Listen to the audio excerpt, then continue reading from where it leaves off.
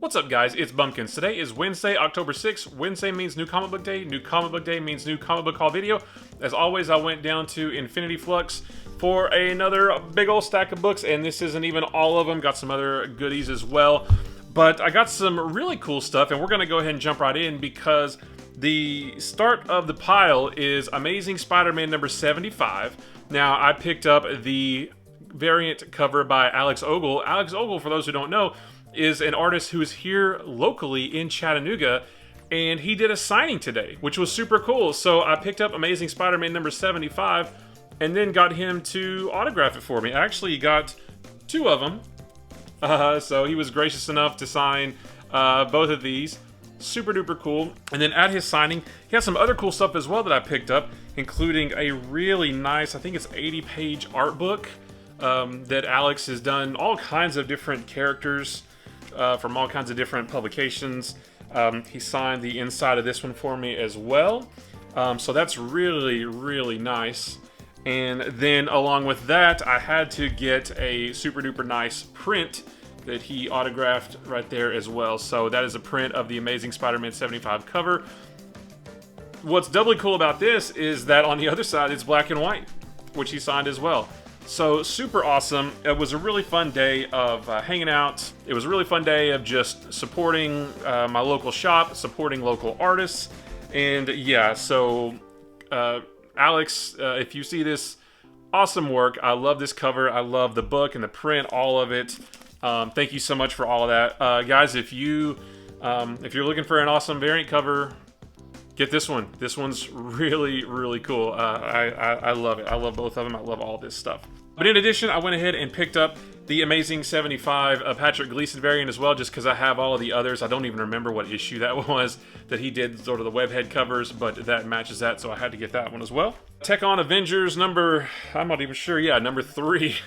I haven't picked up this series yet, but I want to because Avengers and Mechs is everything that I love. One thing that wasn't new this week was I picked up Champions number 8 because I have the first 7 of them, and I was going to pick up the rest in trade or read them on Marvel Unlimited or whatever, until I found out that Champions number 10, which came out today, is the last issue of this series. So I figured, well, if I've got the first 7, I may as well try to finish it out. Unfortunately, they didn't have 9, but I did pick up 8 and 10. So I've got almost that entire series, so that should be fun to jump on. One that I'm super looking forward to is Dark Ages number 2. I loved the first one. One of the best books I've read this year. Tom Taylor firing on all cylinders with this out-of-continuity story, which is great because they can tell whatever story they want to tell, and they are. So I cannot wait to jump into number 2 here.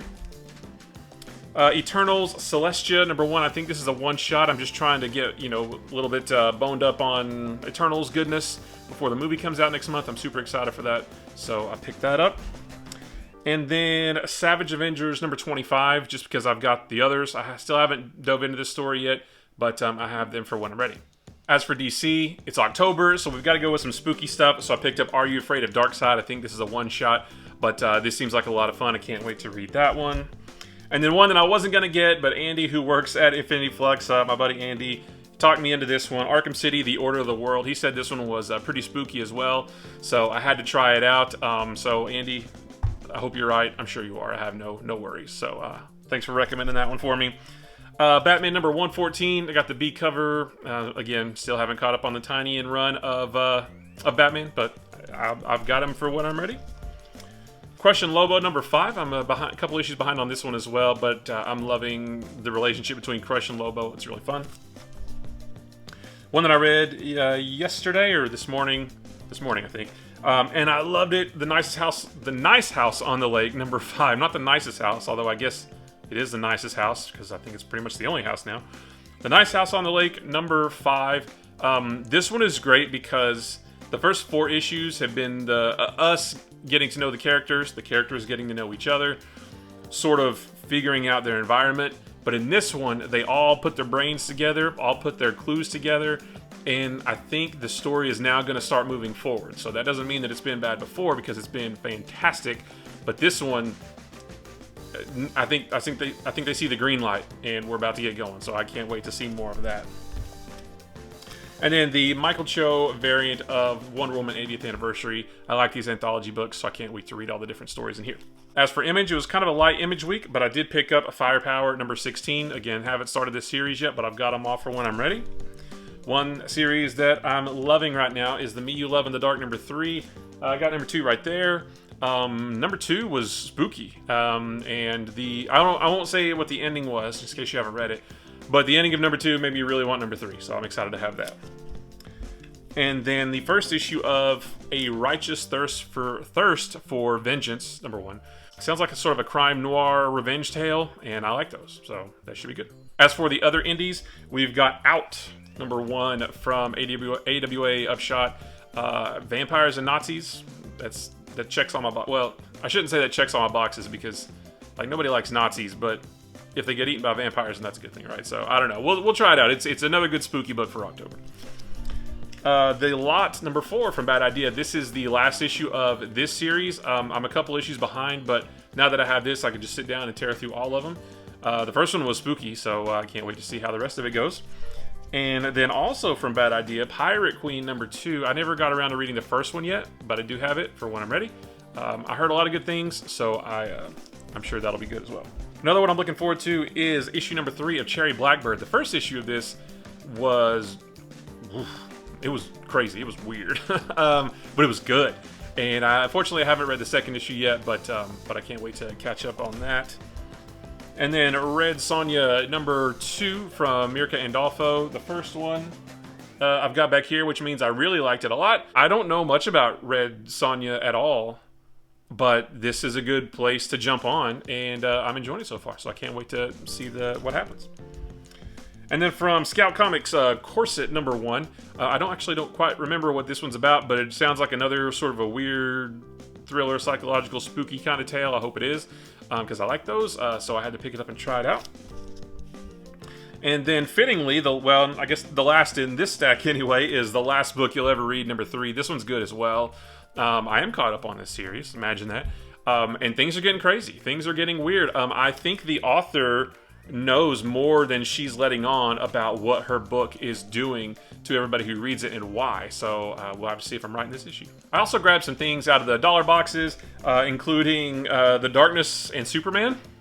Just because, I don't ever see them pairing up, but they did. So let's try it out and see what happens.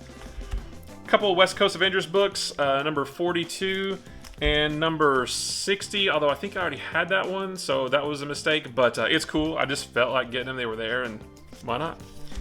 And then one that I got because, you'll see why.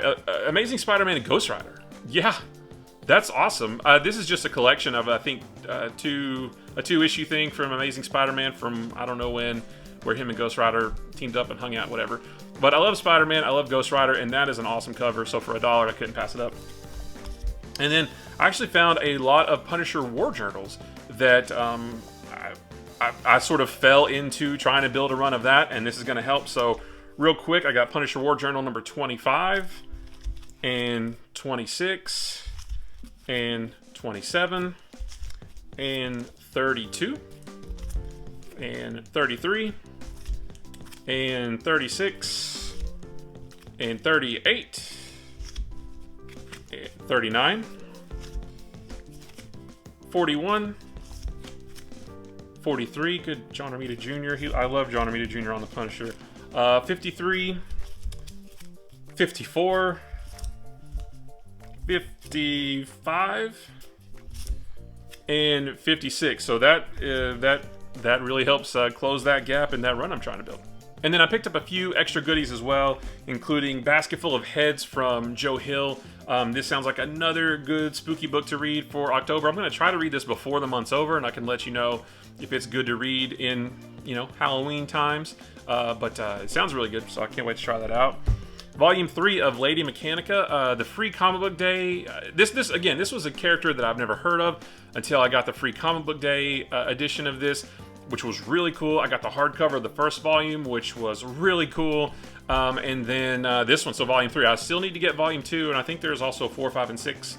I'm not sure if they're getting reprinted or whatever, but I had to get this. And the artwork in this too is just, look at this. I don't know who this is or why it's there, but that's awesome. So I love steampunk stuff. I love this really, really nice art.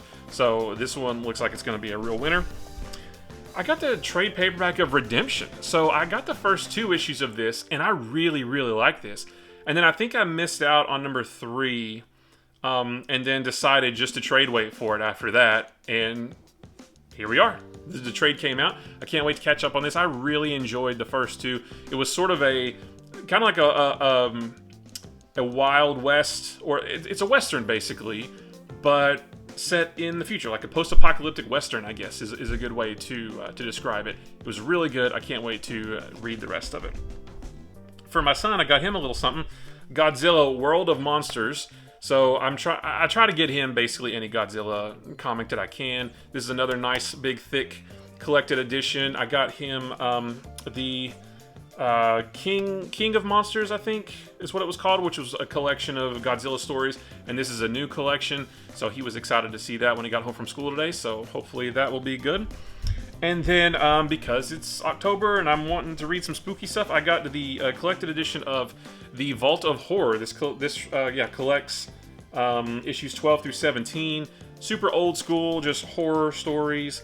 I really love horror books, horror comics, and this is the OG of horror comics, so I can't wait to try that one out as well. And that's it, guys. So that was a really awesome haul. It was a super fun day. Getting to pick up Amazing Spider-Man 75, getting to meet Alex and getting him to sign all the cool stuff, and getting an art book and a print. It was a really, really fun day, full of a lot of fun and awesome stuff. So guys, I appreciate you watching. If you like this video or any of the other videos on my channel, maybe consider hitting the subscribe button. If you like this video, give it a thumbs up. If you didn't like this video, give it a sarcastic thumbs up. And if nothing else, leave me a comment below. Let me know what you picked up today. Did you pick up Alex's variant cover of Amazing 75? Did you get any collected editions, dollar books, what have you? Just let me know. I love comic books. I could talk about them with a room full of people or just to a camera. Guys, don't forget, comic books are supposed to be fun. They are just another fun form of storytelling. There is clearly plenty of books to choose from. It's easy to find what you like, and it's easy to ignore the things that you don't. Also remember that it doesn't matter how big your weekly haul is. If you got all this much stuff, if you got twice this much stuff, or if you only got one book, it doesn't matter. All that matters is that the things you got mean something to you. That's what makes a great comic book haul. So guys, I appreciate you watching, and I will see you in the next one. Bye-bye.